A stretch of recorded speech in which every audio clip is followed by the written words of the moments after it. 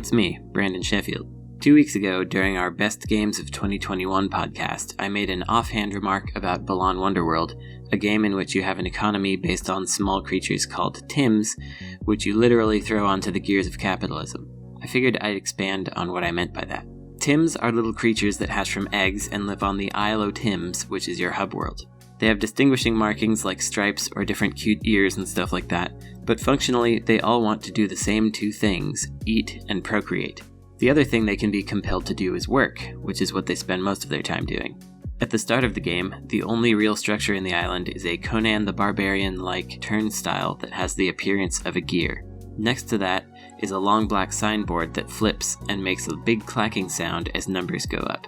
To make that number go up faster, you can pick up your Tims and toss them into this turnstile, which eventually makes them push it. So that's what I meant by throwing them onto the gears of capitalism. As your number goes up, and by the way, it's not clear what this number represents, but let's say it's money, more structures unlock. The sole function of most of these structures is to enable more Tims to do more work. There are little elevators that take them up into simple Rube Goldberg machines, which drop them through a series of gates and slides before depositing them back onto the ground to start the process over again.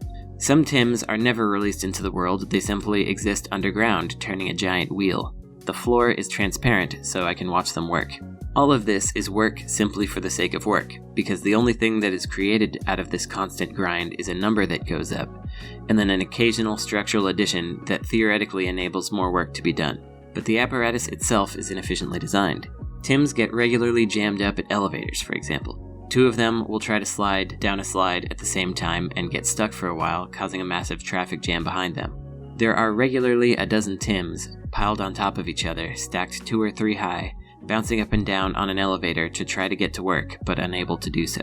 Of course, after a while there is more than one elevator. There are 2 and then 3, but the Tims never take the second or third route. The first is easiest to slide into, so almost every Tim takes that path. The number doesn't seem to go up much faster when Tims take the other 2 paths either, so why should they bother? I also mentioned that Tims want to eat, but I didn't tell you that what you feed them is gems. You feed them one kind of money in order to make a different kind of money. Gems are something I can collect for free in game stages, and which Balan themselves will double if I complete their minigame. Once you feed the Tims enough to grow large, there are unique kinds of apparatus that these rich Tims can use to generate money, but they never want to do it. They're full now and they don't want to work. They just want to procreate, which happens when you throw a medium-sized Tim at a large one. They instantly create an egg, which hatches a Tim that's too small to work, but feed them a few gems and they will become a worker and join the grind. The structure you're building is the somewhat ominously named Clock of Happiness. The name of this structure, whose purpose is never revealed by the way, keeps coming to mind as I see these little guys toiling away to make my numbers go up. There's a special platform that I can use to view the operation from all angles. It allows me to keep tabs on all my workers and is only accessible to me. Even with all that, I still don't exactly understand what it is I'm forcing them to work so hard to construct.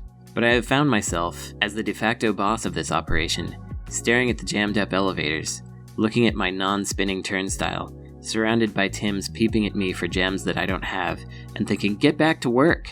I tossed them onto the gears and they started up again. This game may not be an intentional allegory to capitalism, but it's an effective one anyway. This system definitely came from somewhere deep inside of somebody. The game is cynical about work, bosses, and the worker all by turns.